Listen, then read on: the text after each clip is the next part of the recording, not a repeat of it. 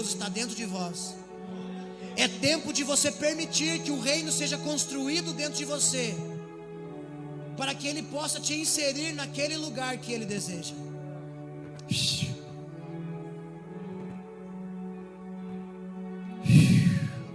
Ele já está no meio de nós. Não precisamos fazer nada para que Ele venha, mas precisamos nos preparar para que nós possamos lidar com a glória dEle. Porque quando Ele vem,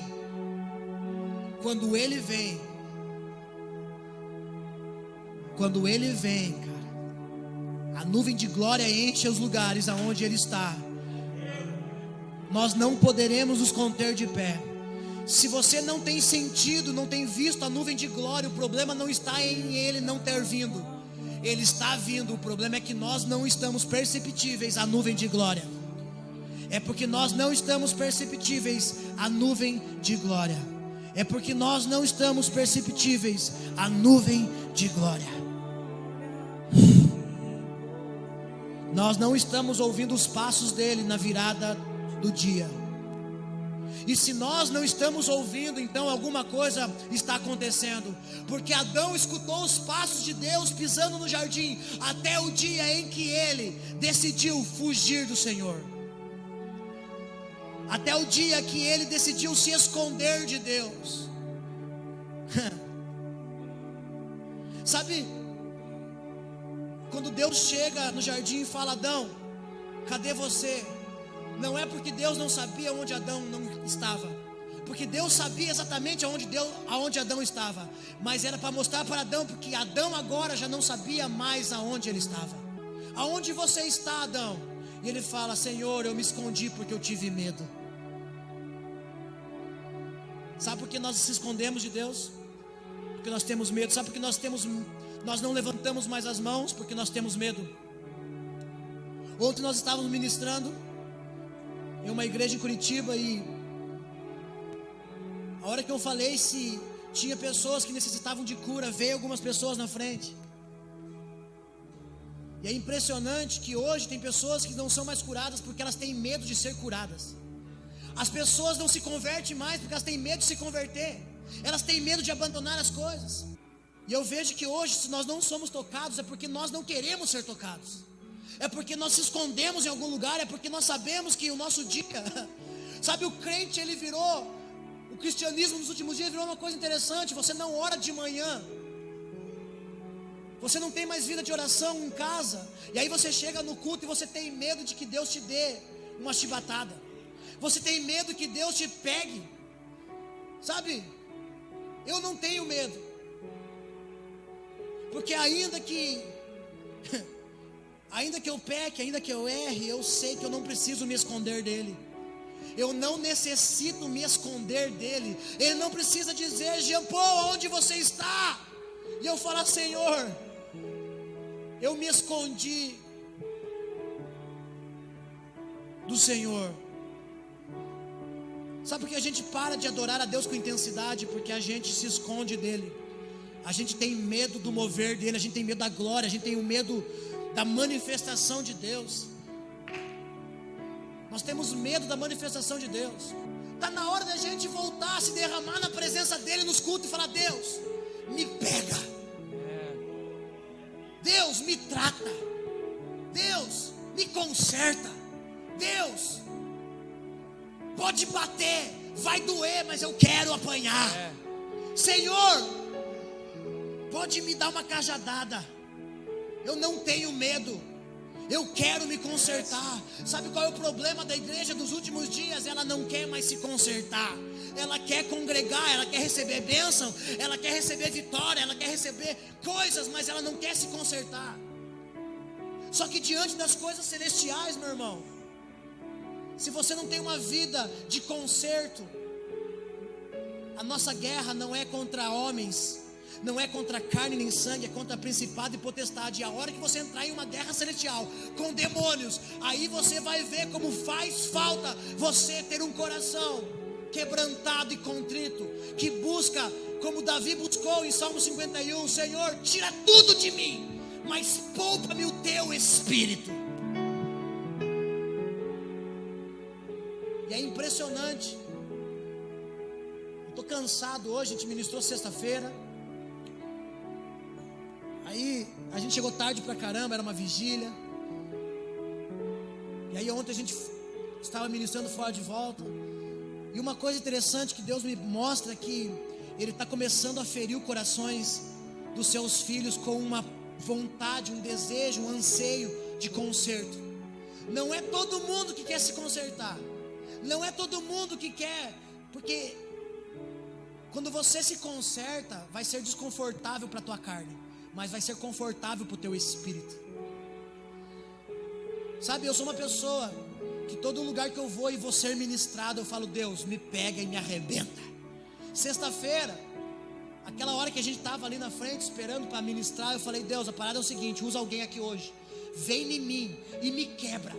A gente vai para o culto e a gente fala, Deus, eu quero ouvir uma coisa boa do Senhor. Não, eu estava ali, cara, e eu falava, Senhor, eu sei que eu vou ministrar daqui a pouco, mas eu estou, nem que seja na hora que eu estiver ministrando, levanta alguém aqui no meio desse povo, que venha e bote o dedo na minha cara e fale, olha, eu te repreendo. Falei, Deus, eu quero ser repreendido pelo Senhor. Sabe, não tem coisa melhor do que a correção de um pai. Sabe por quê? A Bíblia fala que se nós corrigirmos nossos filhos e instruirmos no caminho que devem andar, quando eles estiverem uma idade adulta, eles não vão se afastar. E eu tenho tomado isso para mim como filho de Deus, falando, pai, me dá umas varadas, pega a varinha de marmelo e me acerta. Eu sei que vai doer, eu sei que vai machucar, mas eu sei que isso vai gerar frutos eternos na minha vida. Cara, chegou um tempo em que nós precisamos voltar a vir para a igreja e chegar no culto e falar, Deus, hoje eu quero apanhar, eu quero ser corrigido, porque eu sei que o Senhor ama aqueles que Ele corrige, e Ele corrige aqueles que Ele ama. Então se Ele está me corrigindo, é um sinal de que Ele me ama, e que Ele continua me amando, e que nada pode me separar do amor dEle. Então cada vez que Ele me corrige é porque Ele me ama. Chegou um tempo em que nós temos que parar de buscar somente os presentes de Natal do Senhor Jesus. Chegou um tempo que nós precisamos parar de pedir somente brinquedos para Ele, coisas para eles. Chegou um tempo em que nós temos que chegar para Ele e falar, Senhor, olha, eu estou com a minha conta zerada no banco, mas por favor, pode me tratar, se é para me tratar, pode me tratar. Aí a gente foi ministrar, aí eu levei um menino amigo nosso para ir tocar baixo com a gente, porque o Bruno estava recém-operado. E sabe, vem umas dúvidas no coração das pessoas quando elas passam por situações como essa que o Bruno passou. Não precisava passar, pô, eu sou filho de Deus, não preciso passar pela cirurgia, não preciso ficar de molho, vai ficar uma semana. Mas é necessário que a gente passe por algumas coisas, porque agora não é mais sobre preparar um caminho, agora é sobre Deus nos preparar para esse caminho. É para Deus nos preparar para que nós possamos entrar no caminho, caminhar, cansar, mas não parar. É tempo de a gente entender que todas as coisas cooperam para o bem daqueles que amam a Deus. E qualquer coisa que acontece agora, nesse exato momento, Deus está permitindo, porque Deus, Ele tem os seus meios de nos consertar, Ele tem os seus meios de nos chibatar. Não que Deus bote doença em alguém, Deus nunca vai botar doença em alguém. Deus nunca vai botar doença em ninguém. Mas Deus usa circunstâncias naturais para resolver coisas espirituais. Vou repetir para você: Deus usa coisas naturais para consertar coisas espirituais. Já percebeu quanta gente desviada que se acidenta de carro, quase morre, e o cara fala assim: olha, eu me acidentei, eu vi a morte, e quando eu acordei, Deus falou, eu senti no meu coração, Deus falou comigo: olha, estou te dando uma chance. Não foi Deus que permitiu o acidente é um acidente, mas Deus usa circunstâncias naturais para alinhar as coisas espirituais na minha e na sua vida. Sabe, o nosso problema é que quanto mais perto nós queremos estar de Deus, mais perto Deus quer que a gente esteja dele, mais longe nós queremos estar. O mesmo fogo de Atos capítulo 2 que aproximou o povo é o mesmo fogo de Êxodo que o povo falou assim: Moisés, fala tu com Deus para que nós não morramos. Moisés, vai você, porque nós não queremos morrer. Chegou um tempo que nós necessitamos ter o desejo de morrer, não fisicamente, não naturalmente, mas morrer para os nossos desejos, para as nossas vontades, para as nossas convicções, e começar a chegar e falar: Deus, a parada é o seguinte, eu quero isso, mas que seja feita a tua vontade. Eu acredito que as nossas orações nos últimos dias, elas precisam voltar a um entendimento.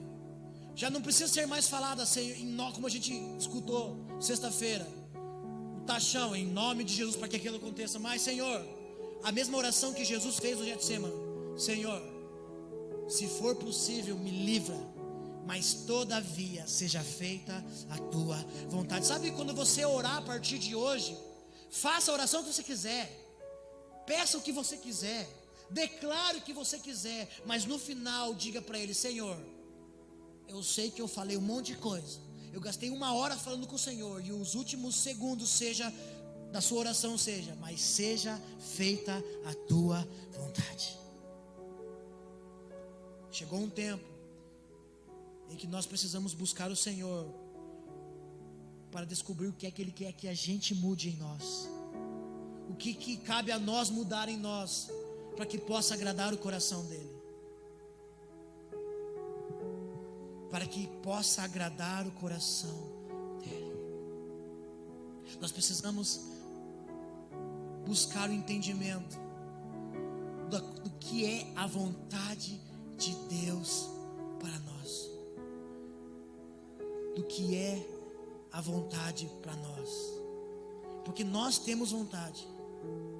Olha que diz João capítulo 9, versículo 31, não precisa abrir, não é o que eu vou pregar, mas eu só quero trazer isso aqui para dar uma base de entendimento. É sabido que Deus não ouve pecadores, mas a todo adorador de Deus, e olha só, e todo o que faz a vontade dEle, a esse Ele atende. O que me chama a atenção aqui não é só o fato de Ele ouvir todo adorador, mas de Ele ouvir todo aquele que faz a vontade dEle. Quer dizer, Deus, Ele ouve e responde quem faz a vontade dEle. Então já não é mais sobre Deus fazer a nossa vontade, é sobre nós fazermos a vontade dEle. A igreja busca que Deus faça a vontade deles, e Deus está levantando uma geração que está buscando fazer a vontade do Pai. Por quê? Porque quando nós buscamos que Deus faça a nossa vontade, nós achamos que toda promessa é sobre coisas. Nós achamos que toda promessa é sobre coisas. Só que nenhuma promessa é sobre coisas. Toda promessa de Deus é sobre um lugar.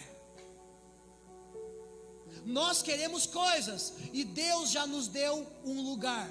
E quando nós fazemos a vontade de Deus, Ele nos insere no lugar que Ele preparou para nós. Então não é sobre o que nós queremos, é sobre o que Ele quer. É sobre a vontade dEle. É sobre um lugar que Ele mesmo edificou com as suas próprias mãos. Você sabia que Deus só fez 2 coisas com as suas próprias mãos: o homem e a Nova Jerusalém. Hebreus 11 vai falar que Deus é o próprio edificador, construtor. Vamos abrir comigo Hebreus 11, para nós embasarmos aqui um pouco aquilo que o Senhor quer falar com nós nessa noite. Hebreus 11.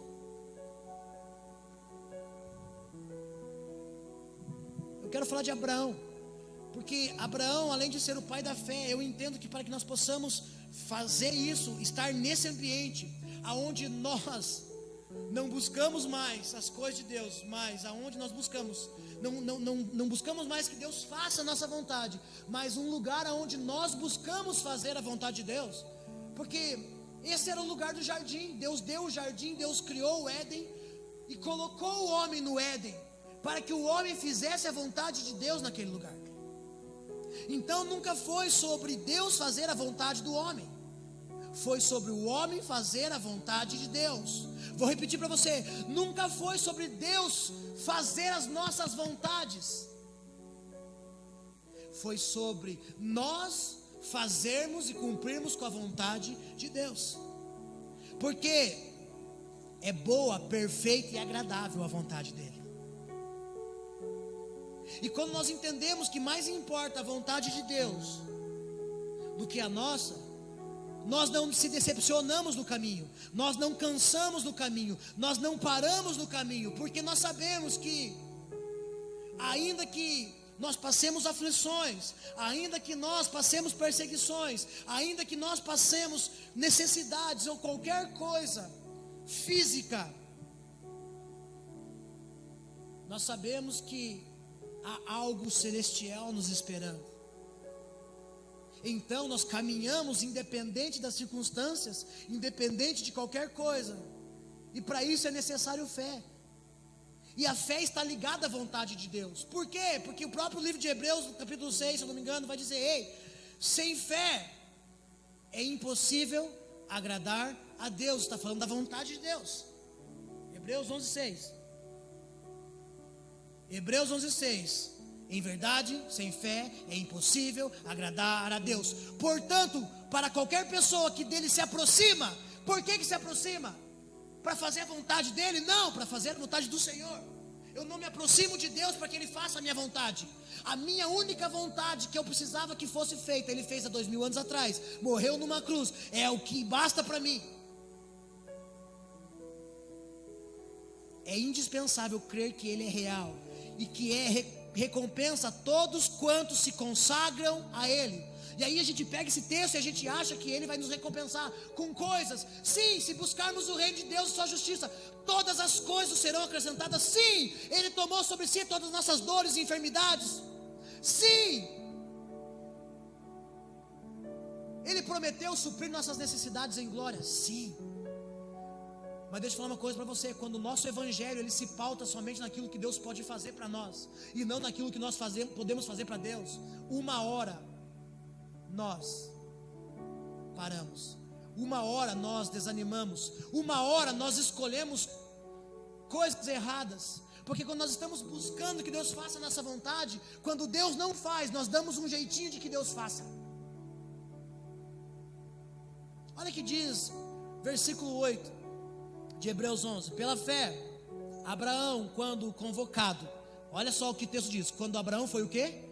Convocado. Você não é convocado para fazer, você não é chamado para que, sabe, o quartel, você não é convocado para ir para o quartel, para que o quartel faça a tua vontade, para que o exército brasileiro faça a tua vontade. Não, você vai lá para que você possa fazer e cumprir com a vontade legislativa do exército brasileiro. Então, se tiver uma guerra, você vai ter que fazer a vontade deles. Eu duvido que você quer ir para a guerra. Então não é sobre a tua vontade, é sobre a vontade deles. É sobre a vontade daquele que te convoca. Se alguém te convocou, então ele tem uma vontade. E é necessário que a gente entenda que, se nós somos convocados, chamados e escolhidos, olha só, obedeceu e dirigiu-se a um lugar que no futuro receberia como herança, embora não soubesse para onde estava sendo dirigido. Olha só, mediante a fé peregrinou na terra prometida, como se fosse terra estrangeira, habitando em tendas, assim como Isaac e Jacó, herdeiros com ele da mesma promessa. Qual é a promessa? Um lugar. Vamos para frente. Porquanto aguardava alcançar a cidade que tem alicerces magníficos, da qual Deus é o arquiteto edificador. Por meio da fé, da mesma forma, a própria Sara recebeu poder para gerar filhos, ainda que estéril e avançada em idade, porque considerou fidedigno aquele que havia feito a promessa. Sendo assim, daquele homem já sem virilidade, olha só isso, nasceu uma descendência tão numerosa como as estrelas do céu, e incontável como os grãos de areia à beira do mar. Aí ele vai dizer o seguinte: todos esses, não só Abraão, Isaac, Jacó, mas como ele falou como Noé, como Enoque, quando ele vem falando já no versículo 4, ele vem falando no versículo 4 dos heróis da fé, e quando ele chega no versículo 8, ele vai falar dos patriarcas. Todos esses viveram pela fé e morreram sem ter recebido o que havia sido prometido. Contudo, viram-no de longe e à distância saudaram, reconhecendo que eram estrangeiros e peregrinos sobre a terra. Os que se expressam dessa maneira demonstram que estão em busca de uma pátria. Pois se estivessem cogitando sobre aquela de onde saíram, teriam a possibilidade de voltar para lá.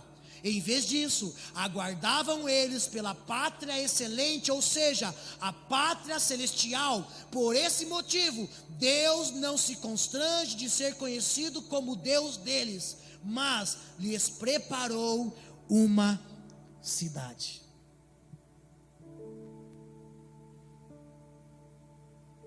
O plano de Deus sempre foi salvar o homem e colocar o homem de volta no lugar certo.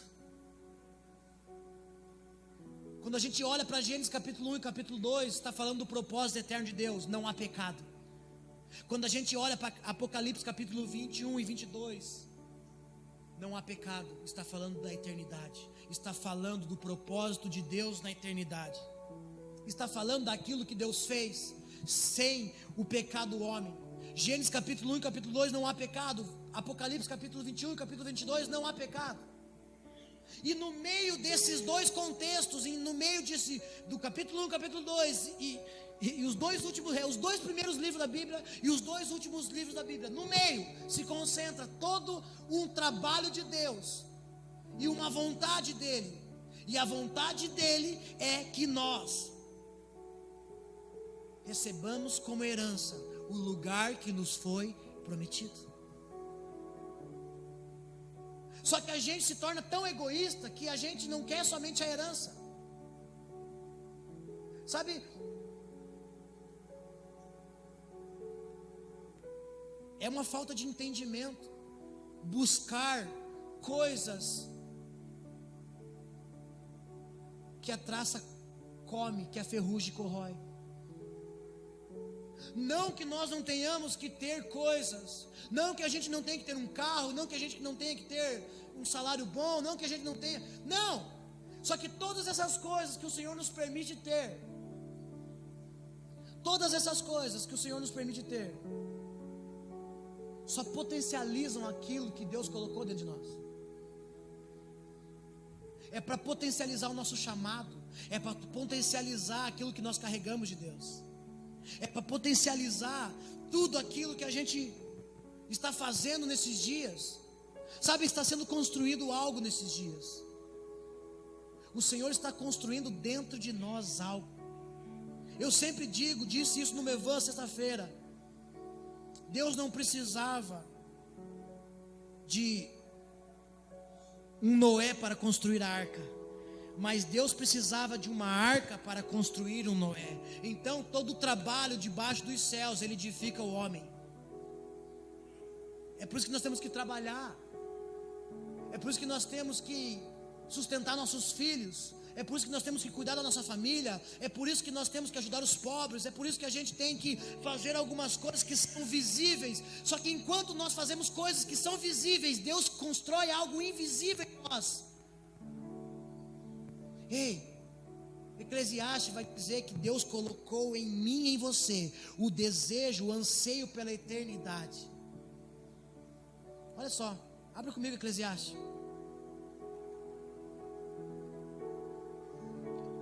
Abre comigo rapidinho. Eclesiastes capítulo 3, versículo 11. Ele fez tudo apropriado ao seu tempo. Também colocou no coração do homem o desejo profundo pela eternidade. Contudo, o ser humano não consegue perceber completamente o que Deus realizou. É eu e você, cara. Porque quando a gente vai para a igreja, quando a gente vai para Jesus, a gente acha que é para Jesus mudar a nossa condição externa. É para Deus mudar a nossa condição física. É para Deus mudar aquilo que está ao nosso redor. É para você que não, sabe, há um evangelho sendo pregado aí fora, que quando eu conhecia Jesus eu tinha um carro, agora eu não conhecia Jesus, eu tinha um carro, agora eu conheço Jesus, eu tenho 2 carros. E esse não é o verdadeiro evangelho. Porque o verdadeiro evangelho é o seguinte: olha, quando eu conheci Jesus eu era egoísta. Antes de eu conhecer Jesus eu era egoísta. Antes de conhecer Jesus eu passava pelo morador de rua, eu passava pelo mendigo, eu olhava para as pessoas, eu desprezava as pessoas. Eu só queria saber do meu, eu só queria saber da minha barriga farta. E depois que eu passei a conhecer Jesus, eu comecei a tirar até aquilo que eu não tinha no meu armário, para dar para pessoas em condições piores que eu. Por quê? Porque nós não vamos levar nada. Porque o mais importante é o lugar que Ele preparou para nós.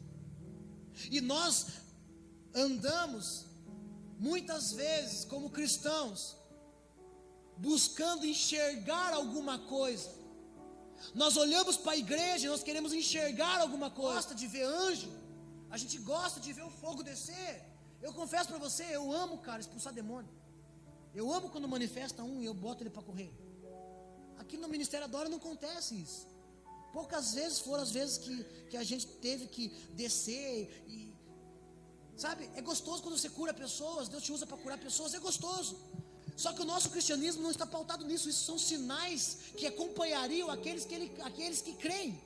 Então, são sinais, eu creio, então esses sinais me acompanham. Então a gente viaja, a gente impõe as mãos, cura enfermos, a gente faz um monte de coisa.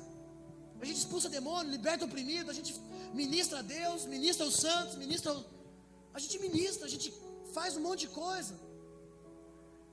Só que quando a gente está fazendo aquelas coisas, Deus está fazendo algo celestial, Deus está construindo algo celestial.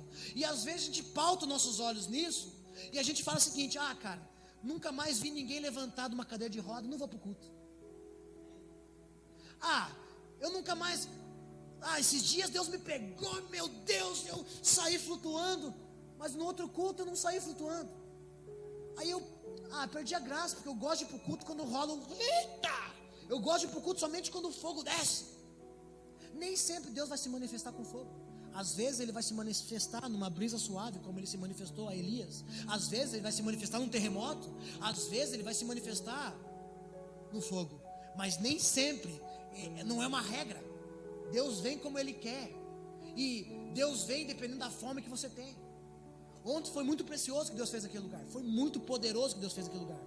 E aí o pastor me chamou no canto e falou: cara, que presença gloriosa de Deus. Eu falei para ele: pastor, tem lugares que eu vou e prego, tem lugares que eu vou e as pessoas arrancam a palavra, porque elas estão tão famintas de Deus, elas estão tão necessitadas de Deus, elas estão com tanta fome dos céus, que, meu irmão, a gente bate uma nota, a gente nem começou a tocar, as pessoas já têm fome, já estão com a mão levantada. Você não precisa uma música tocar, não precisa botar nem a letra no telão. A gente nunca bota a letra no telão, mas chegou uma menina e falou assim: pastor, você vai colocar a letra no telão? Eu falei: não. Eu falei: nós não gostamos de colocar a letra no telão. Por quê? Porque nós não sabemos o que Deus vai fazer. Nós vamos cantar um monte de coisa que Deus vai mandar na hora, né? E aí eu falei para ele, pastor, existe uma diferença quando as pessoas tiram de nós, arrancam de nós a palavra. Existe uma diferença, porque a diferença é que quando essas pessoas chegam, quando você chega aqui, você não precisa o louvor ter começado para você começar a adorar a Deus. Na rua Azusa, a porta estava fechada. Eles chegavam, o pastor William Seymour chegava algum tempo depois, o povo já estava fazendo o culto lá na porta. Vocês vão ver o decorrer daquilo que eu estou mandando no livro para vocês. Eu mandei um tanto, estou esperando para mandar o resto agora. Vou mandar mais um tanto, depois vou mandar mais um tanto. Mas eles ficavam do lado de fora, fazendo o culto com a porta fechada. Você não precisa esperar o louvor começar para levantar as mãos e adorar a Deus. Nós não precisamos, o ambiente já foi preparado por Yeshua. Nós não precisamos que a música prepare o ambiente. Nós precisamos que a música entre no ambiente que Jesus preparou há 2000 anos atrás. Por isso nós temos que parar de cantar canções que alisam o nosso ego e cantar canções que agradam o coração do Pai. Então Deus colocou o desejo pela eternidade dentro de mim e de você. Só que nós não conseguimos ver completamente o que Deus realizou, nós não percebemos. Então tudo que nós percebemos é aquilo que é consumível. A tua pele, a tua carne já era. A hora que você morrer, você veio do pó pro pó você vai voltar. E a gente só consegue olhar para aquilo que é visível aos nossos olhos.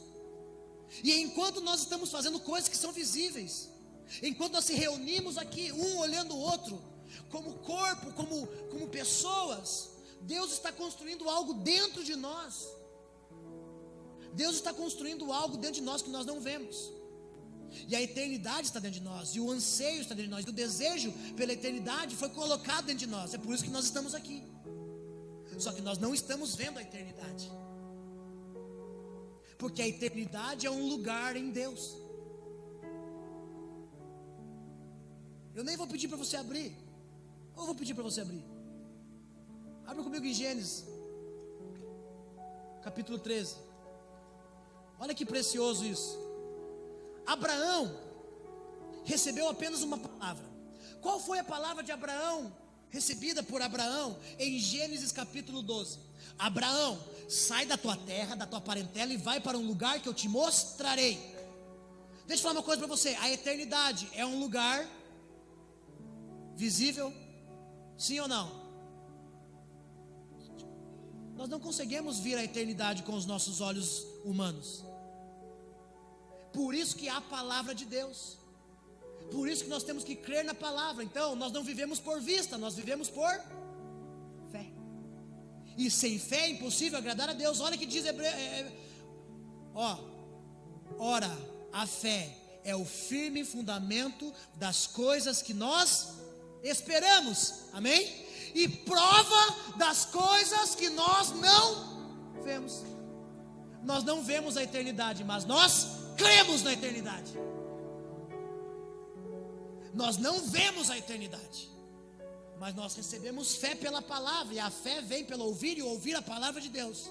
Então nós cremos que há um lugar eterno para nós, mesmo que ainda a gente não veja, mesmo que ainda a gente vá para um caixão, existe um lugar eterno. E quando a gente partir desse corpo mortal, nós vamos estar com Cristo nos lugares celestiais, na eternidade. Tem um camarada na Bíblia que não tem nome, mas creu nisso, o ladrão da cruz. Ele olhou para o Senhor e disse: ei, Senhor, o Senhor não fez nada para estar aí. Eu sim sou ladrão, eu sim mereço a cruz. E ele olha para Yeshua e ele fala: Rabi, mestre, Senhor. Ele reconhece a autoridade de Deus. Lembre-se de mim quando entrar no teu paraíso. Sabe, se ele fosse um cara como a gente hoje, e se fosse eu e você na cruz, eu tenho a certeza que a gente ia falar assim: Jesus, eu te reconheço, faz um favor para mim, me tira aqui da cruz, me salva daqui. Se o Senhor fizer isso na minha vida, eu vou fazer um monte de coisa para o Senhor. A gente vive o cristianismo assim: se o Senhor fizer para mim, eu faço para o Senhor. Senhor, se o Senhor me der um carro, eu vou dar carona para os irmãos. Senhor, se o Senhor me abençoar, eu vou fazer isso. Senhor, se o Senhor me der um dinheiro, eu vou fazer isso. Senhor, a gente acha que Deus tem que fazer primeiro. Só que tem um detalhe: Deus já fez primeiro. Só que Ele não fez primeiro para alisar o teu ego, para alisar o meu ego. Ele fez primeiro para nos dar um lugar eterno. E o desejo foi colocado em nós para que o desejo nos atraísse para a eternidade. E para que quando nós fôssemos alcançados por Jesus, o desejo da eternidade dentro de mim me atraísse para Jesus. Sabe por que você foi atraído para Jesus? Porque dentro de você Deus colocou a eternidade. Porque Efésios 1:4 vai dizer que antes da fundação do mundo, da criação de todas as coisas, Ele te elegeu em Cristo Jesus. Então, o desejo pela eternidade está dentro de mim. É por isso que existem milhões e milhões de religiões, porque os homens querem a eternidade. Os homens querem ser eternos. Então, eles buscam em religiões e mais religiões, deuses e mais deuses, para que de alguma forma eles possam alcançar a eternidade. Porque todo homem sabe que existe um céu. Todo ser humano, ainda que o cara seja ateu, ele tem dentro dele mesmo, escondido lá dentro, a realidade de um lugar com Deus na eternidade e de um lugar no inferno, longe de Deus. E é interessante porque É interessante porque, ainda que esteja escondidinho lá dentro, ainda que ele não confesse, ainda que a gente não queira dizer, ei, sabe por quê? O céu não é um lugar para onde nós iremos, o céu é um lugar para onde nós voltaremos. Deus criou o jardim, Deus criou o Éden, colocou o homem lá. Sabe como vai terminar Apocalipse capítulo 21? João dizendo, eis que eu vi a nova Jerusalém descendo toda adornada como uma noiva. Sabe o que João diz? Eis agora o tabernáculo de Deus no meio do homem. Sabe que a Bíblia fala? Que agora ele será o seu Deus por toda a eternidade, e eles serão o seu povo. Por quê? Porque não existe relacionamento sem um lugar. Deus tem um desejo de relacionamento, mas é necessário um lugar para se relacionar com Deus. Quando não é o teu quarto, é a igreja. Quando não é aqui, quando não é aqui, você procura um lugar para se relacionar com Deus. O homem deseja um relacionamento com Deus. Se o homem não desejasse relacionamento com Deus, não se teria tantas religiões como tem hoje. Porque todo ser humano está desejoso, porque todo ser humano tem dentro dele o anseio pela eternidade. Só que ele não consegue compreender isso, então ele começa a buscar em coisas. E aí, a gente vem para a realidade da igreja hoje, e mesmo você sendo cristão, você sendo salvo, você estando com Deus, você continua buscando coisas que não precisaria buscar. Pois ele mesmo disse, se nós buscarmos o reino dele e a sua justiça, as coisas demais seriam acrescentadas. Nós não precisamos trabalhar para conquistar algumas coisas. Quando eu digo trabalhar, não estou falando de trabalhar naturalmente para comer, para beber, não. Estou falando de trabalhar, se esforçar, botar todas as suas forças em coisas para conquistar. E aí a gente faz campanha, e a gente acha que se a gente fizer 7 dias de campanha, a gente vai conquistar aquela bênção. A gente acha que se a gente jejuar 21 dias, Deus vai dar alguma coisa para nós. O jejum, meu irmão, nunca foi para Deus te dar alguma coisa, foi para você dar alguma coisa para Deus. Jejum nunca foi para você receber algo. Jejum foi para você matar sua carne e agradar o coração de Deus. Jejum não é para conquistar coisa. Vou jejuar pelo meu filho. Não, a gente não jejua pelos nossos filhos. A gente profetiza sobre a vida deles. A gente declara sobre a vida deles. Se é uma doença, a gente não jejua, a gente bota a mão e fala, eu declaro cura. E se não for curado agora, amanhã eu boto a mão, eu declaro cura. Agora jejum. Jejum é para que eu possa ouvir a voz dele, identificar a eternidade dentro de mim e conseguir agradar o coração dele. Busque jejuar para você ver como os judeus jejuam 2 vezes por semana. Você vai ficar mais perceptível à voz do Espírito. Você vai conseguir discernir o que Ele está querendo que você faça. Você vai ser constrangido pelo Espírito. Ele vai te convencer do pecado, da justiça e do juízo.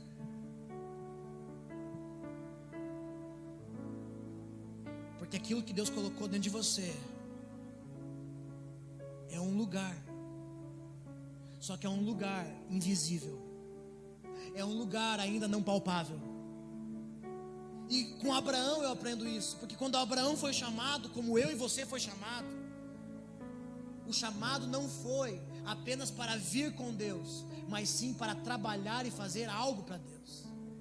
Ei, Abraão foi convocado, e capítulo 12 de Gênesis vai dizer, ei, olha só, deixa eu te mostrar. Então o Senhor veio a Abraão e lhe ordenou, sai da tua terra e da tua parentela e da casa do teu pai e dirigir-te à terra que eu te indicarei. Eis que farei de ti um grande povo e te abençoarei, engrandecerei o teu nome, serás tu uma bênção. Agora vai para o capítulo 13. Preste bem atenção. Aonde nós vamos chegar nessa noite? Versículo 8 vai dizer assim: então Abraão propõe a Ló que não haja discórdia entre mim e ti, nem desavenças entre os meus pastores e os teus pastores, afinal somos irmãos.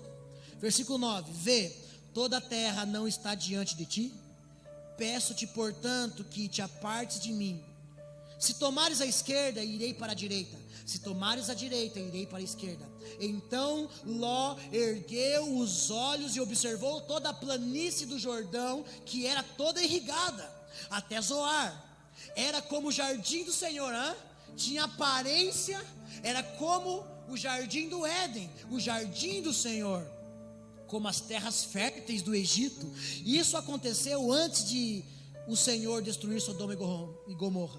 Ló escolheu para si todo o vale do Jordão e partiu rumo a leste. Assim os dois se separaram. Vamos parar aqui, só para me embasar aquilo que o Senhor está falando. Abraão enriqueceu, e Ló, por estar com Abraão, enriqueceu também.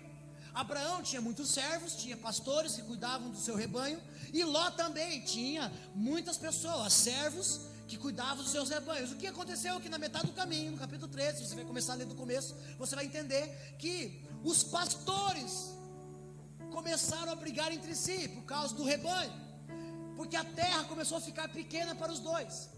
Então Abraão, que tinha uma promessa de Deus, que ouviu a voz de Deus, e Deus disse para ele: sai da tua terra, da tua parentela, e vai para um lugar que te mostrarei. Abraão ainda não tinha chegado nesse lugar. Abraão ainda não tinha chegado nesse lugar. Abraão ainda não sabia esse lugar. É por isso que ele é o pai da fé. Não é só porque ele foi sacrificar Isaac. Não é só porque ele realmente acreditou e com 100 anos ele conseguiu fazer um filho. Não é só por esses fatores, mas sim pelo principal fator: Deus pegar o camarada lá na Bahia e falar: ei, sai da Bahia e vai para um lugar que eu te mostrarei. Sai de Rio Negrinho e vai para um lugar que eu te mostrarei. Sai da casa dos teus pais, da tua terra, do lugar onde você tem conforto, do lugar onde você tem tempo para quem correr, e vai para um lugar que você só vai depender de mim. Pai da fé. Aí ele vai para um lugar, aí ele está com seu sobrinho Ló. Agora eles se separam. Só que ele chega para Ló e fala: Ló, a parada é o seguinte, para não dar treta aqui, vamos fazer o seguinte: olha para tudo aqui, escolhe para onde você quer ir. Escolhe o lugar que, se você for para um lado, eu vou para o outro. Se você for para o outro, eu vou para um lugar. Se você for para a esquerda, eu vou para a direita. Se você for para a direita, eu vou para a esquerda. Porque Abraão sabia que Deus estava direcionando a caminhada dele. Só que entra a figura de Ló agora. Entra dois camaradas, Abraão e Ló. E aí você olha para Ló, e Ló, quando foi chamado por Abraão para ir junto, eu tenho a certeza que Abraão falou assim: ô Ló, a parada é o seguinte, Deus falou comigo, ele mandou nós ir. Só que é o seguinte, vai para um lugar que eu te mostrarei. Ele não me mostrou, ele vai me mostrar no caminho. No caminho ele vai me mostrar, aos poucos ele vai me mostrar. E Ló foi junto. Só que quando chegou no momento que não dava para caminhar junto, cara, eu se fosse Ló, eu falasse assim: é o seguinte, eu vou abandonar tudo que eu tenho aqui, eu vou ficar como teu servo.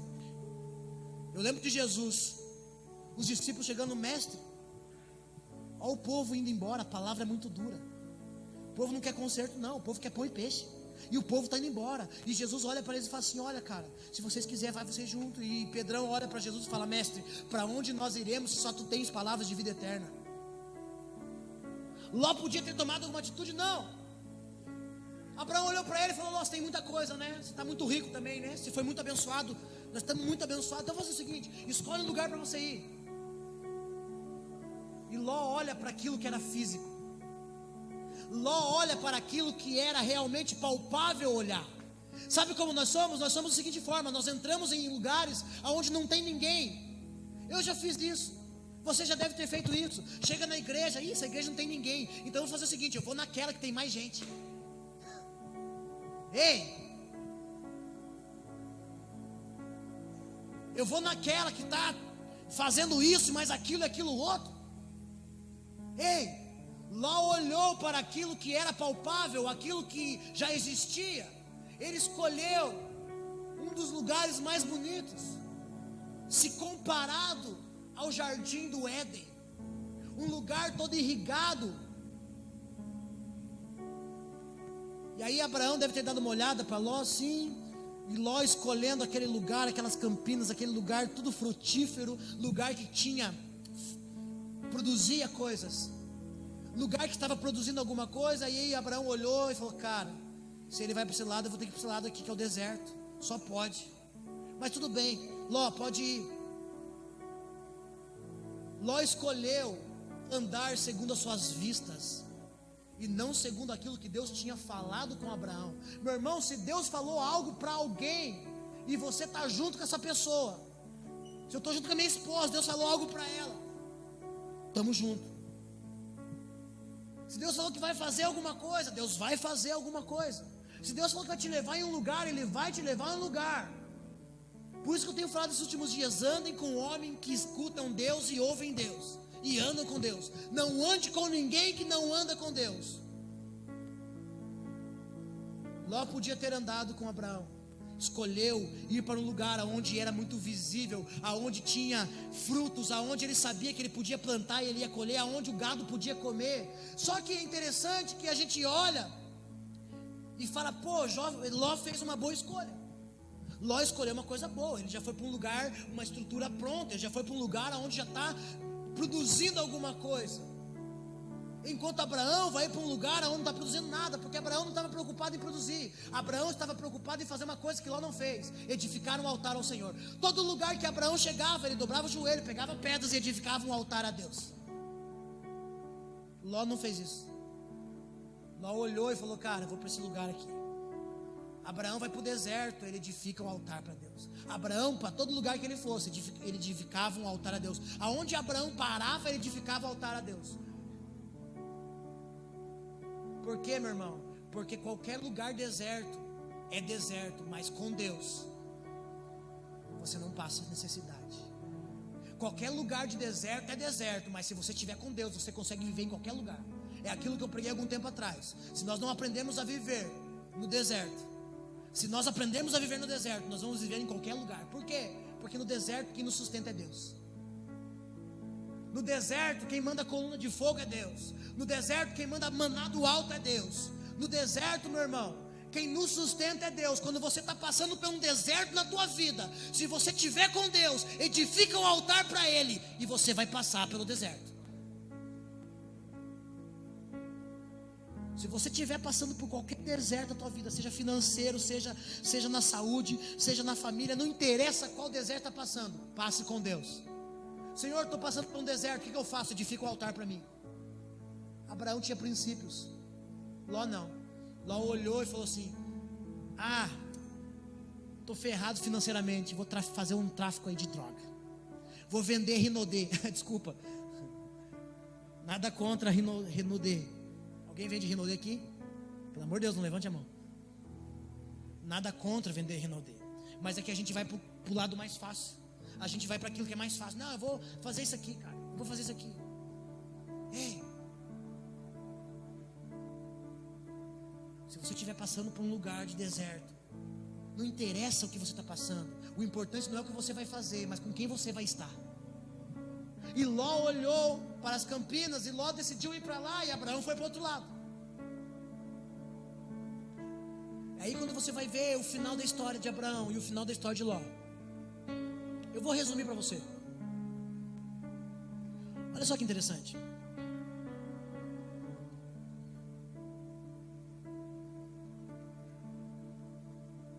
Olha só que interessante.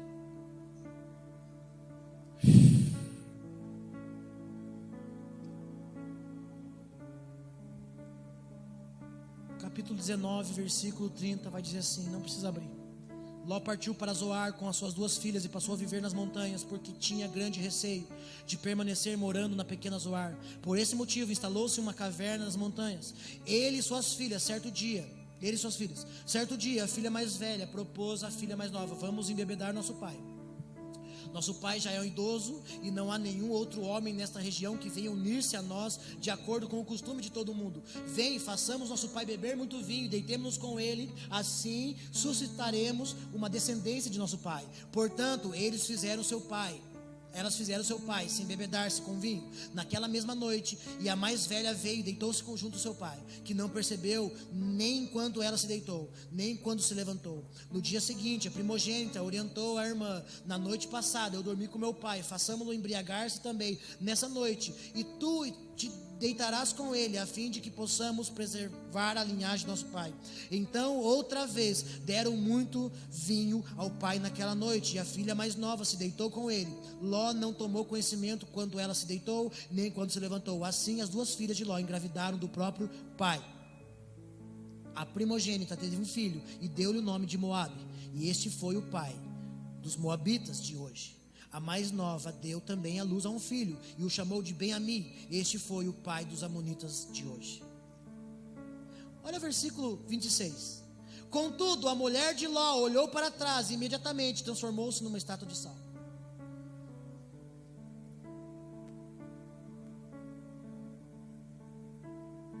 Deus fala: Abraão, sai da tua terra e vai para um lugar que eu te mostrarei. Abraão, fé. Abraão, não olha para nada que seja visível, palpável, que você possa tocar. Não é isso que eu tenho para você.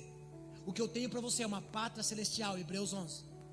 É um lugar celestial, é uma herança. Ló foi para um lugar, e olha o fim de Ló. Ló escolheu viver por vista e não por fé. Ló decidiu ir para um lugar onde aparentava ser muito bom, aparentava dar frutos, mas olha o final da vida de Ló. Sem mulher, sem nada, porque ele perdeu tudo. Ele sai de Sodoma e Gomorra, ainda é poupado a vida dele. A mulher vira uma estátua de sal, e as filhas dão frutos para o pai, fazem um escambalacho, e aí nasce 2 filhos de um incesto. Sabe? Quando nós não estamos gerando coisas para Deus da forma certa, o que nós geramos, nós continuamos gerando. Só que nós vamos gerar coisas que vão atrapalhar as coisas de Deus.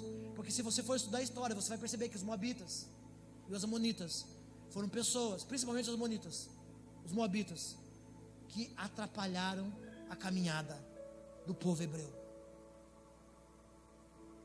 Atrapalharam muito aquilo que Deus tinha gerado. E era parente, hein? Era parente, um pouquinho de longe.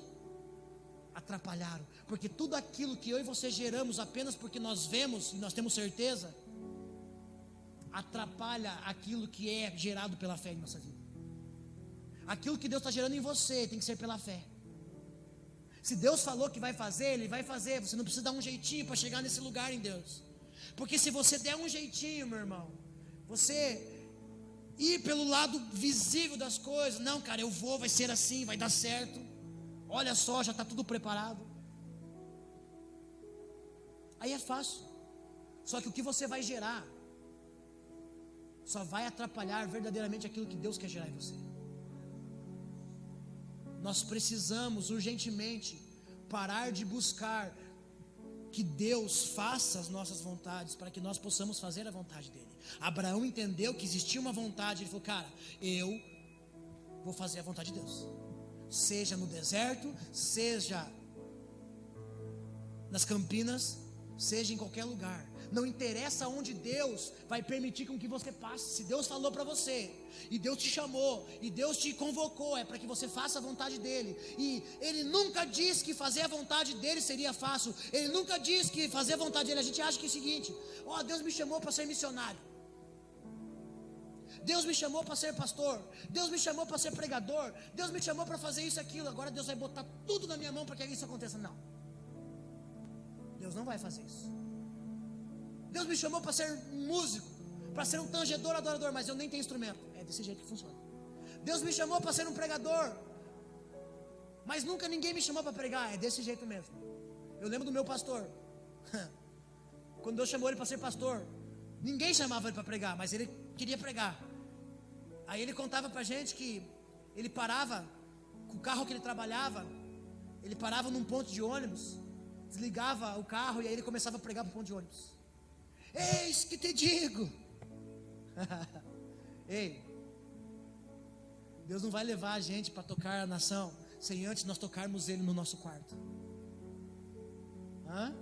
Deus não vai levar você para pregar em lugares sem antes Deus usar você para pregar para Deus mesmo. Quantas vezes eu preguei para Deus? Quantas vezes eu peguei a Bíblia e preparei uma mensagem e falei: Deus, lá em tal lugar a tua palavra diz assim e tal e tal. De vez em quando eu parava e ele falava: não, não é bem assim não, peraí, volta. Hã? Eu lembro que quando eu fui alcançado pelo Senhor Jesus, cara, eu sempre fui músico. Toquei 12 anos no mundo, cheguei na igreja, fiquei lá embaixo. O louvor era horrível da igreja. Era ruim demais. Para um músico que vem do mundo, que anda com os melhores, com os caras bons mesmo, andava com os melhores músicos daqui, de Curitiba, a gente conhecia a turma, andava junto. Chegar na igreja e ver os caras cantando um louvorzinho, eles botavam aquele papelzinho assim, ó. Sabe? Geralmente o tecladista faz isso. Se fizer isso, eu de boto sem disciplina. Coloca um negocinho assim e bota a letra aqui. Aí, ele não adora a Deus, ele só fica cantando e lendo o que está escrito ali. Lá, lá, lá, lá, lá. Eu falava, gente, não tem feeling, não tem sentimento. Não tem uma coisa diferente que a música no mundo tem. E aí eu falava, Deus, bota eu lá. Quero fazer um som em cima. E eu lembro que a primeira vez que eu peguei a guitarra, meu irmão, foi depois de ter tocado baixo e depois de ter tocado bateria. Ó, tô precisando de baterista aí, eu toco. Ó, Jana, toca a bateria e toca. Eu vou dançar na chuva. Aí eu saí da bateria e fui pro baixo. Aí eu fazia até uns bends do baixo. Mas eu olhava pra guitarra lá e falava, cara, ali é... Aí quando eu estava na guitarra, Deus falou comigo, comecinho de 2008. Você vai ser um pregador. Vou te colocar como um líder. Aí eu comecei a ver o que Deus tinha falado para mim, mas Ele não falou como eu ia chegar nesse lugar. Ele falou que eu ia para esse lugar. Aí eu estava tocando guitarra, olhando para o pastor pregando, eu falava, meu Deus, eu vou ter que trabalhar para isso. Você acha que a minha vontade era ser pastor? Você acha que a minha vontade é ser pregador? Você acha que a minha vontade é deixar meus filhos em casa, passar o final de semana longe deles? Ontem o Isaac falou, pai, sexta-feira eu fui, voltei de madrugada. Ontem ele falou, pai, você não vai demorar muito? Eu falei, não, filho, hoje o pai vai voltar antes de você dormir. Hã? Porque a vontade de Deus, ela é boa, perfeita e agradável. Mas a gente nem sempre quer fazer a vontade de Deus. Senhor, quero ser um pregador. Porque se o Senhor fizer um pregador, já pensou pregando em toda a nação? Vai. Hoje a gente prega em lugares, cara, e a gente tem que bancar gasolina, a gente vai. A gente volta sem gasolina às vezes, volta no cheiro. Às vezes se come bem, às vezes se come mal. Já posei em escola, meu Deus, cara. E a gente acha que ser pregador, viajar pelo mundo, ficar em hotel 5 estrelas, de vez em quando acontece. Ontem eu estava contando para os meninos no carro de alguns lugares que a gente vai, que a gente, meu Deus, que a gente come bem, mas tem lugares que eles não tem nada para dar para a gente comer, e a gente tem que ir lá para alimentar eles. E a gente acha que não. Eu tenho falado uma coisa muito preciosa nesse tempo. Se Deus quiser levar você como missionário para a África, não é para você converter eles lá, é para que eles convertam você. Se Deus te levar hoje para a África, me desculpe, Deus não está levando hoje pastores para avivar a África. Deus está levando pastores do Brasil para avivar o Brasil. Porque quando eles chegam na África 5 horas da manhã, o pastor está na casinha de sapê, está uma muvuca lá fora. Ele abre a porta, nem tomou café, está cheio de gente, cheio de africano, esperando o pastor sair para ele pregar a palavra no portão da casa. Eles não estão esperando nem ir para o templo para ouvir a palavra, eles querem ouvir a palavra lá na porta da casa que o pastor está hospedado. De tamanha fome deles. Lá na África eles passam 6 horas adorando a Deus. Eles passam 6 horas adorando a Deus. Não interessa onde, pode ser dentro de um templo, dentro de um lugar, ou pode ser debaixo de uma árvore. Eles adoram a Deus. Então nós não temos nada para dar para os africanos, é eles que têm para dar para nós. Eu vou lá para a Índia. Vai que lá você vai aprender a ser um verdadeiro adorador de Deus, a ponto de adorar a Deus, sabendo que você pode morrer a qualquer momento. Vai para a Coreia do Norte. Vai para a Coreia do Norte, vai ser um pregador na Coreia do Norte. A gente quer aquilo que é bom. Todo mundo quer ser missionário nos Estados Unidos. Todo mundo quer viajar para os Estados Unidos, conhecer Los Angeles. Ontem um pastor falou para mim assim, um menino falou assim para mim, foi o pastor que falou para mim, né? Ele, pastor, aí a gente falando da Rua Azusa, falando de William Seymour, falando da Amy, que foi a pastora fundadora da Quadrangular. Aí ele falou assim para mim, você já foi lá? Eu falei, quem me dera, cara. Falei, mas se eu for, eu quero andar pela Sunset Boulevard. aonde está Ângelos Templos. Se eu for, eu quero andar pela Rua Azusa. Eu sei que é um consultório odontológico hoje lá, mas eu quero ir lá onde era aquele lugar. Eu quero chegar lá, botar a mão no chão. Eu quero, se eu puder ir para lá, eu quero conhecer o cemitério um dia, aonde está enterrado Kit Green, Leonard Henry. Eu quero, como o próprio Gregório fez. Ele foi lá e chorou sobre o túmulo do pastor dele, Leonard Henry. Ah, mas está adorando morto. Não é, cara. É porque se a gente viu esses caras subirem, certamente a capa vai cair sobre nós. Eu sei, cara, do peso, do poder, daquilo que Deus tinha colocado na vida de Gregório, cara. E eu assisti o velório dele, eu chorei no velório dele, porque nós sabemos, e lá no velório dele alguém começou a gritar, se não me engano foi o pastor Júnior, falou assim: Gregório, a capa não caiu no chão. A capa não caiu no chão. Eliseu, você quer porção dobrada do meu espírito? Quero. Você quer fazer obras maiores que eu ainda? Quero. Então é o seguinte: se você me vê subindo, porque nunca foi sobre fazer a nossa vontade, sempre foi sobre fazer a vontade dele. E Abraão, por ter feito a vontade dele, foi colocado como um dos heróis da fé, um patriarca da fé, e está escrito em Hebreus 11. E até hoje Abraão é considerado pai Abraão para muitos. E hoje eu e você estamos aqui porque a Bíblia fala que Abraão, por obedecer a Deus e fazer a vontade de Deus, gerou muitos frutos, e a sua descendência é incontável. A sua descendência é incontável. Ei,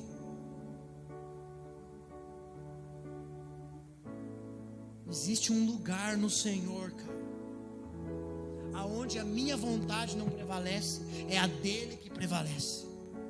Existe um lugar no Senhor que quando nós estamos nesse lugar, nós não queremos mais saber da nossa vontade, nós queremos saber da vontade dele. Nós deixamos de amar a nós e passamos a amar mais ele. Porque o primeiro mandamento é amar a Deus sobre todas as coisas. O segundo é amar o teu próximo como a ti mesmo. Então você fica em terceiro lugar. Eu e você, nós estamos em terceiro lugar. Primeiro, nós amamos a Deus sobre todas as coisas e fazemos a vontade de Deus. Segundo, nós amamos ao nosso próximo como nós amamos a nós. E nós ficamos em terceiro lugar. Ame o teu próximo como você ama você. E você fica, faça para Deus, faça para o teu próximo, depois você faz para você. Porque a vontade de Deus, ela não pode começar em nós, ela tem que começar nele, nos outros. É por isso que Jesus vem e lava os pés dos discípulos. É por isso que Jesus vem e lava os pés dos apóstolos. É por isso que Jesus vem e desce as águas do batismo, para deixar de exemplo para nós. Ei, e em João 14 ele vai dizer: se vocês crerem em mim, vocês farão as mesmas obras que eu faço, e até maiores farão. Enquanto nós fazemos obras físicas, visíveis, enquanto nós pregamos o evangelho, enquanto nós se reunimos como igreja, enquanto nós adoramos como igreja, enquanto nós dizimamos, ofertamos, enquanto nós comemos um bolo junto, enquanto a gente come um churrasco junto, enquanto a gente limpa a igreja junto, enquanto a gente vai lá para fora, enquanto a gente dá comida para as pessoas lá fora, enquanto a gente dá roupa para até outras igrejas, como a gente tem feito aqui, sacos de roupa de doação para outros ministérios, para outras pessoas que nem congregam com a gente. Enquanto a gente vive isso, Deus está construindo algo em nós. Deus está nos moldando, porque agora não é mais preparar um caminho, agora é nos preparar para andar no caminho, pois o caminho é estreito. Deixa eu falar algo para você: todo atalho que você pega no reino de Deus só vai te conduzir ao caminho largo. Todo atalho que você venha pegar no reino de Deus só vai te conduzir ao caminho largo. E a Bíblia fala que a porta é estreita, e estreito é o caminho que leva à salvação, que leva àquilo que Deus quer. Fazer a vontade de Deus é estreito demais. Fazer a vontade de Deus é justo demais. Fazer a vontade de Deus vai contra as nossas vontades. Senhor, o Senhor mandou eu fazer isso, e agora eu não tenho nada para comer em casa. Quantos pregadores, ontem eu conversei com o pastor, ele, olha, Deus mandou eu sair daqui, sair lá da minha cidade, lá em Maringá, perto de Maringá, vim para Curitiba, e a gente chega em Curitiba, e aí chegou um momento que a gente estava passando necessidade, passando fome, e a gente fala, será que foi Deus? E aí ele falou assim, a minha esposa olhou para mim e falou, será que foi Deus mesmo que mandou a gente ir para um lugar desse deserto? É, cara, foi Deus. Ele não disse como seria, ele só disse, sai da tua terra, da tua parentela e vai para um lugar. Esse lugar é um lugar onde você vai ter um encontro com Deus. Esse lugar é um lugar onde você vai usufruir de Deus. Ei, Moisés chega para o povo e fala, ei, vamos comigo. Deus mandou nós irmos para um lugar, uma terra que mana leite e mel. E o povo vai. Só que o povo vai e descobre que o lugar era um deserto. E o povo nem tinha chegado no lugar ainda. E o povo reclama na metade do caminho. E o povo começa a reclamar no meio do caminho. E aí Deus começa, sabe por que Deus leva a gente para lugares de deserto? Porque é em lugares de deserto que Deus se manifesta. Só no deserto Deus manda coluna de fogo de noite. Só no deserto Deus manda nuvens para... Só no deserto tua sandália não gasta. É só no deserto que a gasolina não acaba. É só no deserto, meu irmão, que parece que amanhã você não vai ter nada para comer, e quando você olha, você tem o que comer. É só no deserto que a gente vê o favor de Deus. Não adianta ir para as Campinas do Jordão. Não adianta ir para um lugar onde a gente olha e fala, meu Deus, cara, ali Deus vai me prosperar, porque olha só, dá fruto naquele lugar, não é seco. Não, cara, nós somos seres que não podemos viver por vista, nós temos que viver por fé. Trouxe para esse lugar, e Deus pede aqueles que não são daqui, principalmente Rodrigo, porque se tem uma coisa que vai acontecer, Rodrigo, é que você vai passar por desertos. Vai ter uma hora que você vai ter que empurrar o carro sem gasolina, mas Deus não vai te abandonar. Sabe por quê? Porque eu duvido que a tua vontade não era estar aonde você tem um apartamento para morar. Duvido que o William hoje não podia estar onde ele estava, cursando a faculdade. O cara abandonou a faculdade para vir para Campo Largo fazer o quê? Só Deus para mandar o cara sair de um lugar, abandonar a faculdade e vir morar num lugar, cara, que ele nem conhecia. E aí agora tem um fruto, uma criança que está vindo. Fica tranquilo. De vez em quando vai vir os desertinhos, vai ficar desempregado. Fica sossegado. Mas aquele que começou a boa obra, ele é fiel para cumpri-la. E a obra que Deus começou, ela não começou nas coisas. A obra que Deus começou, ela começou em você. Porque a obra de Deus, ela começa em você. Deus não tem compromisso com coisas, Deus tem compromisso com os filhos. Então a obra de Deus é você, e em você, e através de você. Efésios 2:10 diz que Ele mesmo preparou. Olha só comigo, para nós terminar. Efésios capítulo 2, abra aí. Ei, xarabababa, eu não vou parar. Ei, Efésios capítulo 2, versículo 10.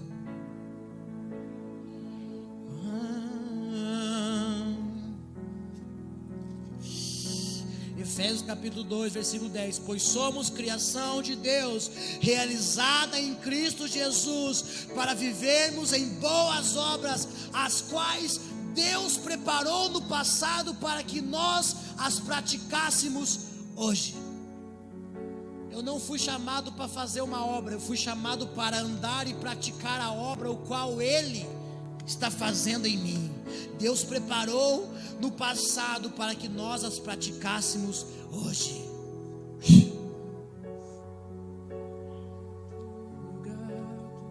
Deixa eu falar uma coisa para você. Não olha para as Campinas.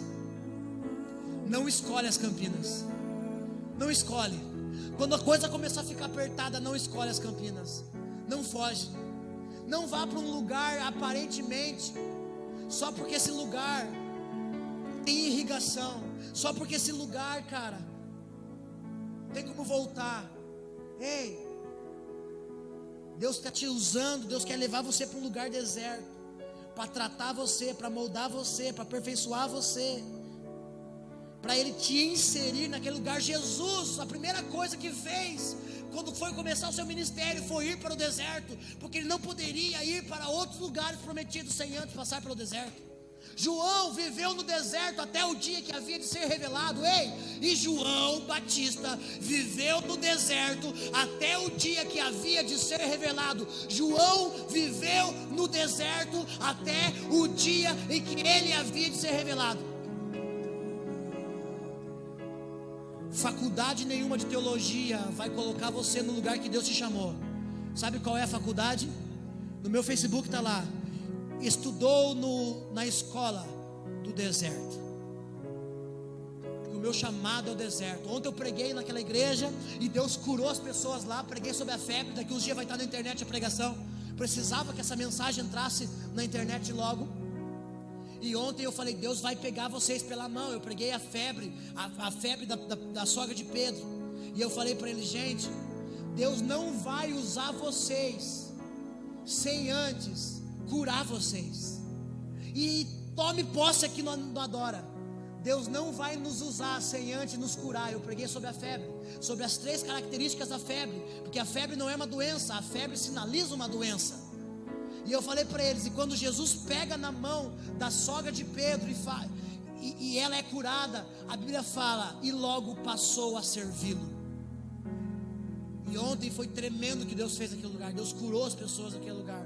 Deus cicatrizou feridas. E eu falei para ele: sabe por que? E eu falei da importância do fogo que nós temos tanto cantado nos últimos dias. Sabe qual é a importância tão grande do fogo? É que o fogo, ele faz uma coisa: ele cauteriza e cicatriza as nossas feridas. Sabe por que Deus tem que vir com fogo nos últimos dias? Para Ele cicatrizar e cauterizar tudo aquilo que foi ferido em nós, machucado em nós. Por quê? Porque essa geração não vai nos conhecer, meu irmão, por aquilo que nós estamos somente pregando. A dessa geração vai nos conhecer pelas cicatrizes que nós carregamos de Jesus. Foi aquilo que aconteceu com Jesus, quando depois de descer novamente, encontrar com 2 discípulos de caminho de Emaús, a Bíblia fala que no coração daqueles 2 queimava que ele era Jesus, mas eles não conseguiram perceber. Mas quando eles chegaram para comer, Jesus levantou o pão, partiu o pão, e quando os discípulos olharam para as cicatrizes, as chagas de Jesus, a Bíblia fala que logo todos o reconheceram. Sabe o que Deus está fazendo? Deus está te levando para o deserto. Deus está te permitindo que você seja moldado, tratado, aperfeiçoado. Por quê? Porque as feridas que Deus está permitindo colocar em você vai fazer com que o mundo veja Jesus através de você.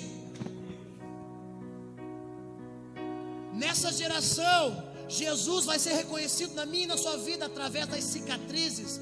Por quê? Porque cicatrizes significa que nós conseguimos vencer. E o fogo dele, nesses dias, está vindo para cauterizar. Antigamente não existia remédio. Antigamente, para que você cicatrizasse uma ferida, para que você estancasse um sangramento, era necessário você usar algo quente, era necessário você usar fogo, era necessário que você, num corte no teu braço, você usasse fogo. É por isso que ele está vindo com fogo. É por isso que Joel capítulo 2 ele diz: eis que nos últimos dias enviarei do meu espírito sobre toda a carne. Deus precisa nos moldar enquanto nós aprendemos a servi-lo. Se coloca de pé em nome de Jesus.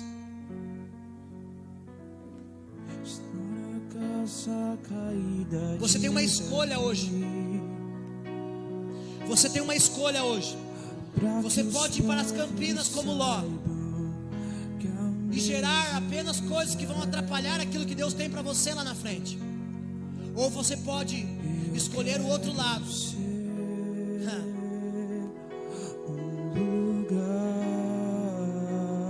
caminhar para um lugar que você não vê, mas viver por fé e agradar o coração de Deus. Você pode escolher hoje buscar Deus para que Ele faça a tua vontade, Ou você pode buscar Deus hoje para que você faça a vontade dele. Não é mais tempo de buscarmos resposta na igreja, é tempo de se tornarmos a resposta para Deus. É tempo de se tornarmos resposta para essa geração. Há uma grande expectativa de toda a criação pela manifestação dos filhos. Os filhos só manifestam quando dão resposta para Deus. De estar, eu quero ser tua casa favorita. Quero ser. Você tem duas escolhas hoje. Deus está te falando hoje, ó filho. Você pode escolher para onde, que lado você quer ir. Você quer ir para o lugar aonde é mais fácil? Pode ir. Mas se você escolher agradar o coração dele, tenha certeza que você não vai ver. Você vai para um lugar deserto. Não tem uma terra irrigada. Não tem frutos ainda. Nem sequer um brotinho nasceu. Mas Deus manda te dizer nessa noite que esse é o lugar onde Deus vai te moldar, aperfeiçoar e tratar. E é nesse lugar que você vai agradar o coração do Pai.